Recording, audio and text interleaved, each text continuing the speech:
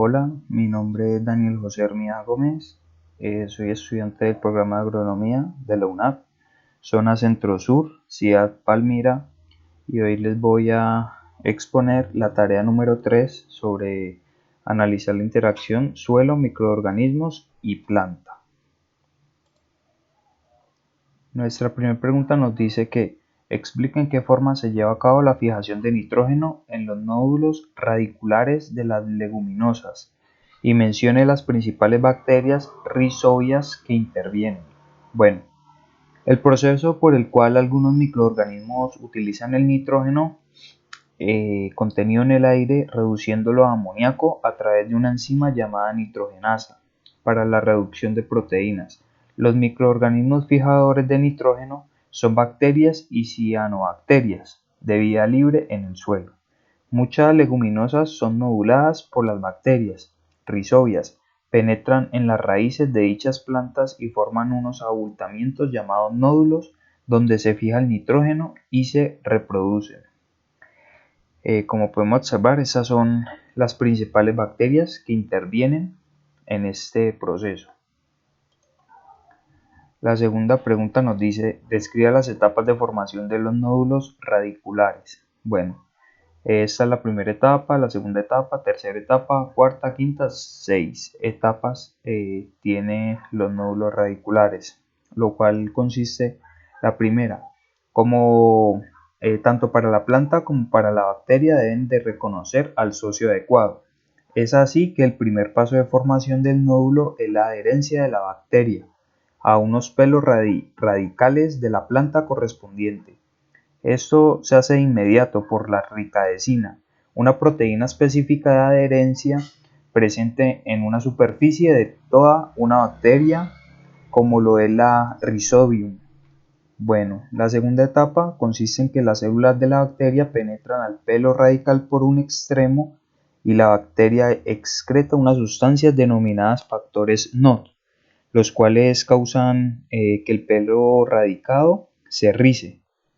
Es como una sustancia que encuentra los genes que dirigirán posteriormente las etapas específicas de la nodulación. La siguiente etapa consiste en que una bacteria procede a invadir el pelo radical e induce a la planta a formar un tubo de celulosa, conocido como tubo de infección, dentro del cual se multiplicarán los rizobios. La siguiente etapa, las bacterias se desplazan hacia la raíz a través del tubo de infección y allí la infección alcanza las células contiguas con los pelos radicales. Estos factores NOT estimulan la división celular de las células vegetales, formando finalmente el nódulo. La siguiente etapa forma dentro de las células de las plantas las bacterias Rhizobium, las cuales se multiplican y se convierten en formaciones ramificadas e hinchadas. Es allí donde aparecen los bacterioides, células bacterianas deformes necesariamente para la fijación de nitrógeno. Estas quedan rodeadas por unas porciones de la membrana vegetal para formar unas estructuras llamadas simbiosomas. En este momento en que son formadas se da inicio a la fijación de nitrógeno. La última etapa ya consiste en que luego después de esa formación del nódulo radical maduro, las células bacterianas y vegetales deben permanecer en continua división. La tercera pregunta nos dice que ¿por qué algunas bacterias del género Agrabacterium pueden ocasionar simbiosis parasitarias con las plantas? El género Agrabacterium tiene una alta capacidad de producir enfermedades que causan tumores en diversas plantas. Esa capacidad proviene de la transferencia de plasmidos. Algunos microorganismos desarrollan simbiosis parasitarias con las plantas, donde la simbiosis no es igualitaria, puesto que en general solo saca beneficio el parásito. Mencione dos asociaciones planta-microorganismo que hayan sido exploradas en estudios de fitorremediación e indique su aplicación y ventajas. Bueno, yo elegí un proceso como lo es la fitoextracción o fitoacumulación también llamada, que consiste en la absorción de contaminantes por las raíces. Principalmente el uso de las plantas hacen que absorban los contaminantes por las raíces y se concentran en sus partes recolectables, como lo son las hojas y los tallos. Los contaminantes contenidos en el suelo por lo general son metales pesados y se utilizan en las plantas acumuladoras para, para tolerar y acumular estos metales. Así es posible mejorar la contaminación que hay en el suelo. Estas son algunas plantas que son empleadas para dicho procedimiento.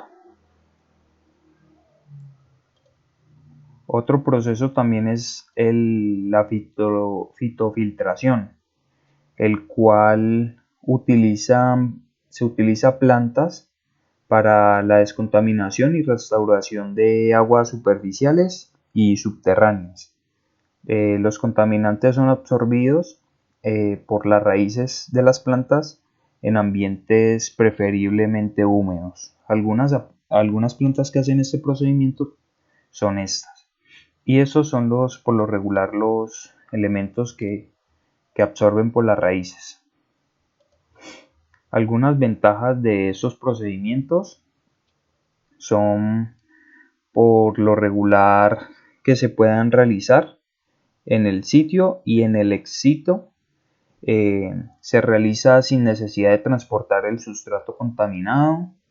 Es una tecnología sustentable. Es eficiente tanto para contaminantes orgánicos como inorgánicos. Es de bajo costo. No requiere personal especializado para su manejo. No requiere consumo de energía. Es poco perjudicial para el ambiente. También actúa positivamente sobre el suelo, mejorando por lo general las propiedades físicas y químicas debido a la formación de una cubierta vegetal. Se tiene una alta probabilidad de ser aceptada por el público, ya que es estéticamente agradable. Se evita la excavación y el tráfico pesado. Se puede mejorar en el agua, el suelo, aire y sedimentos, y permite el reciclado de recursos como lo son el agua, la biomasa y los metales. Yo también estuve investigando y también encontré algunas desventajas, como lo son por lo regular en especies como los árboles o arbustos. La fitorremediación es un proceso relativamente lento.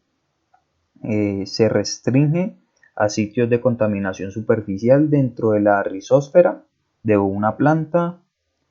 El crecimiento de las plantas está limitado por concentraciones tóxicas de contaminantes. Eso nos quiere decir que es aplicable a ambientes con concentraciones bajas de contaminantes.